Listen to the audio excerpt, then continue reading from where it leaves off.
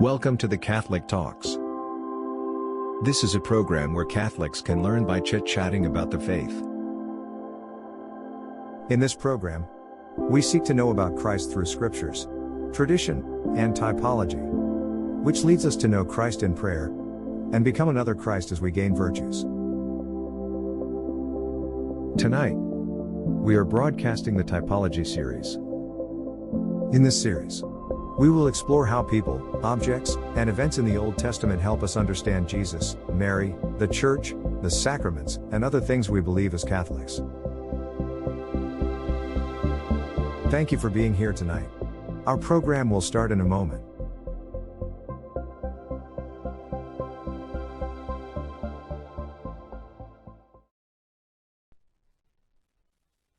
Hello and welcome to the Catholic Talks. I am your host, Joby Provido. In this episode, we will continue with our Typology series, and we will talk about Christ's descent to the realm of the dead. So, when we profess the creed during Sunday Mass, we say we believe that Christ descended to the dead. In fact, in the older Apostles' Creed version, we say he descended to hell. But what does that mean, and how can typology help us understand this?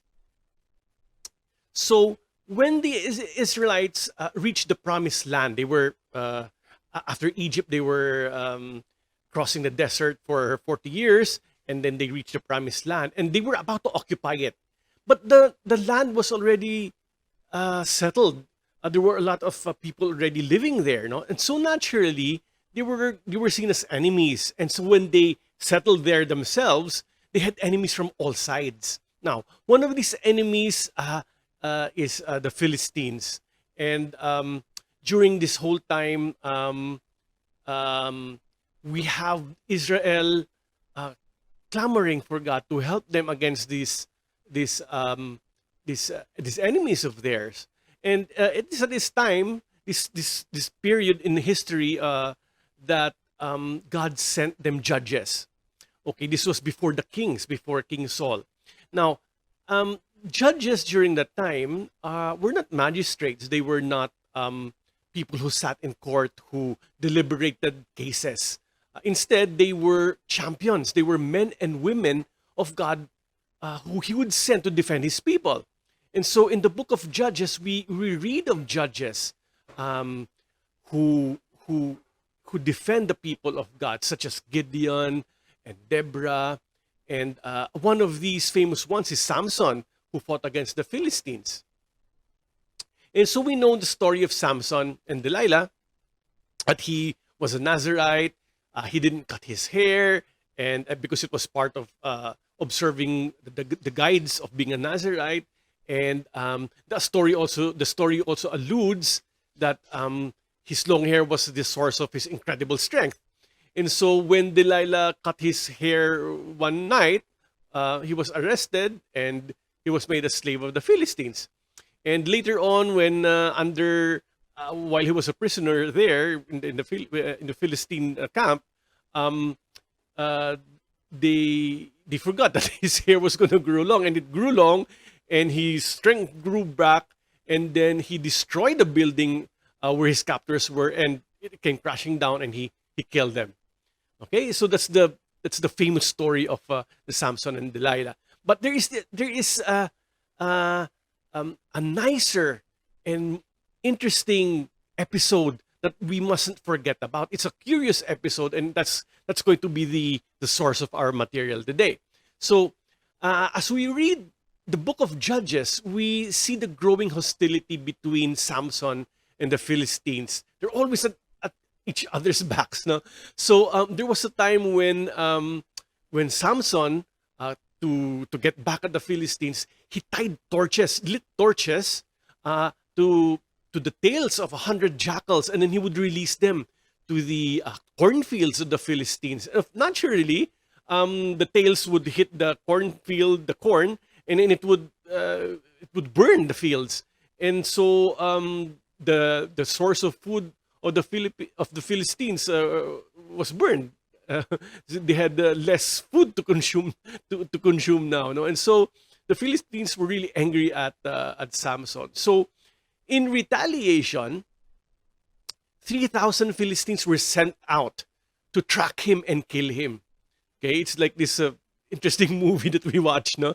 But he hid among the Judeans. There was a tribe of the Judeans, and he hid there. Now, the Judeans were also enemies of the Philistines, and they didn't like the idea that Samson was hiding in their tribe. They think that if Samson was hiding there, the Philistines might think that they were harboring one of the people they're trying to catch. And so what they did was they bound Samson and they delivered him to the Philistines. But when he was there with the Philistines, he was able to break his bonds, and with a jawbone of an ass, no, it's like a small donkey, a jawbone, he fought the Philistines and killed 1,000 of them, and escaped.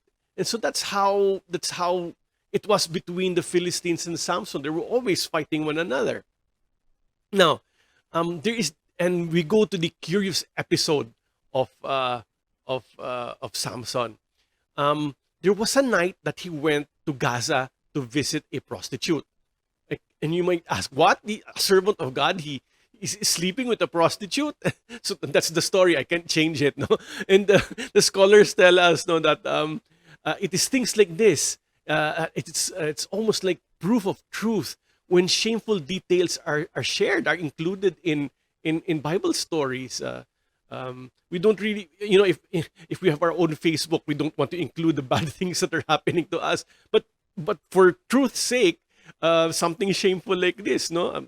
Samson visiting, it alludes that he was very, what do you call this? It was his weakness, no, to go to these prostitutes. So there was this particular prostitute that he was visiting in Gaza, and so he went.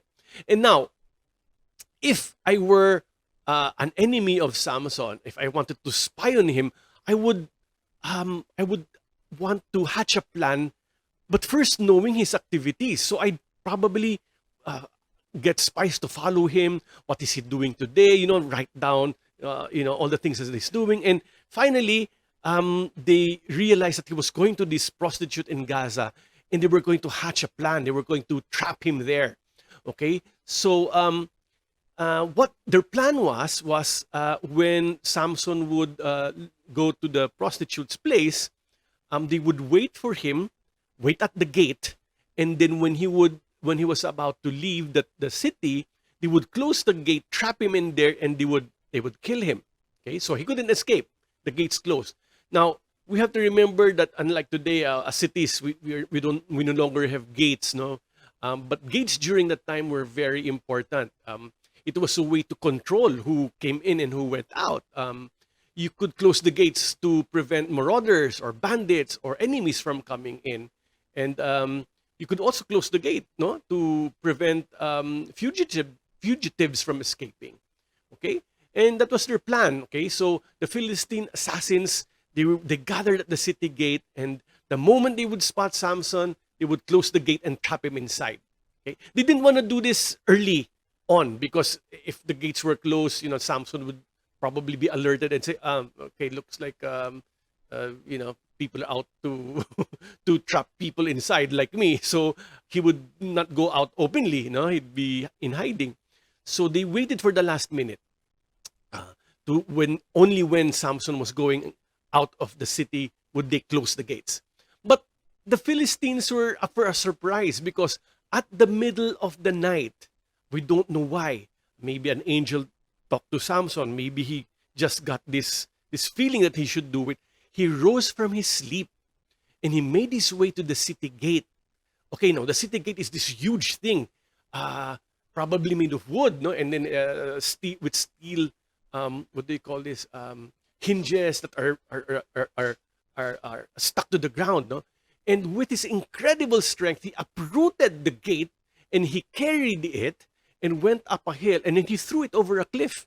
He threw it so that it could never trap anyone again. That was his way of thinking. He didn't want that gate to trap anyone again. Okay? And so the early church saw this as a type of the descent to the dead by Christ. So Samson is a type of Christ. Okay? First of all, Samson means sun. And Christ claimed that he was the light of the world. I am the light of the world. And what else lights up the world except the sun? Okay? So Samson is this type of Christ. So let's focus on Christ now, and let's see how the Samson story fits in. So when Christ died, he descended to the realm of the dead. Okay, we have to remember that before Christ saved us, heaven was closed to all humankind. Okay, that meant that even if you were good, even if you died in the friendship of God, even if you deserved heaven, you couldn't go there because it was still closed. Christ had not opened it yet. So good people, deserving people, were in the realm of the dead, that place where dead people go to.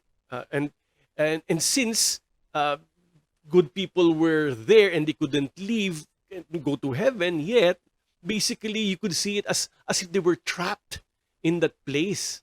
They were prisoners in that place where they don't belong. No? So now this place has many names. In Hebrew, it's called Sheol, and in Greek, it's Hades. And now in English, it's really unfortunate that when it was being translated, and there was a difficulty trying to give it a name. Okay, now logically, since they were not in heaven, they were separated from heaven, and colloquially, that is hell. And so that's how the English version of the Apostles' Creed says that Christ descended to hell.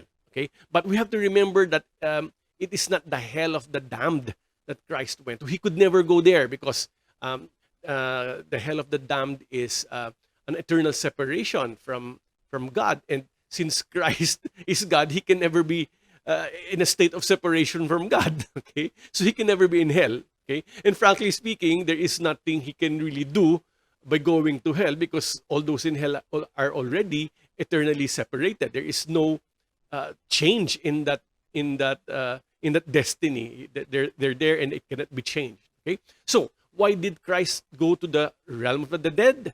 Well, he didn't go there to suffer as well. He went there for two reasons we can see. The first is all humans, when they die, go to this realm of the dead. And so by doing, he shows that he is also fully human. Okay, but he doesn't stay there. And this is the point. He doesn't stay in the realm of the dead. He resurrects. But while he was there, he was there to release the good people who were trapped there. He went there to preach to them, telling them that they will soon no longer be prisoners. They will be freed. He was there to break down the gates of death so that it can never trap anyone else who deserves heaven. Then in 3 days after this, Christ, as if he was just asleep, he wakes up in the resurrection. And so we can see all of these things now in that curious but important episode of Samson in Gaza. No, we can see that this is a clear foreshadowing of Gaza with Samson. No, Samson wakes up in the middle of the night, the way that Christ wakes up from his deep sleep of death. No, he destroys the gates that would trap him forever or anyone forever. And in case you might miss it, Samson carried the wood up a hill the way that Christ carried his cross, a wooden cross, up Calvary. And so we can see that how wonderful it is that God, even from the beginning of time, was already knew how he would save us. And he was already showing us through Samson the way he would save us. Okay, so hopefully when we think of Samson, we also think of him not just that strong guy with the long hair, who was betrayed by Delilah.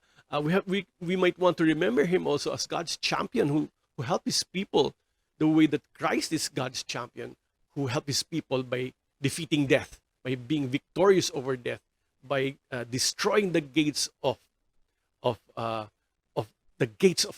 dead, so that we could never be trapped there again. We will live forever with God in heaven. Okay, so that is it for this episode, and thank you for watching. If you like this, please hit the subscribe button so you won't miss future episodes. Also, try to share this with someone who might enjoy it. So, bye-bye, and may God bless you. Welcome to the Catholic Talks. This is a program where Catholics can learn by chit-chatting about the faith. In this program, we seek to know about Christ through scriptures, tradition, and typology, which leads us to know Christ in prayer and become another Christ as we gain virtues.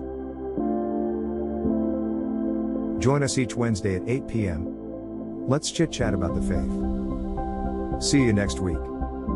Good night.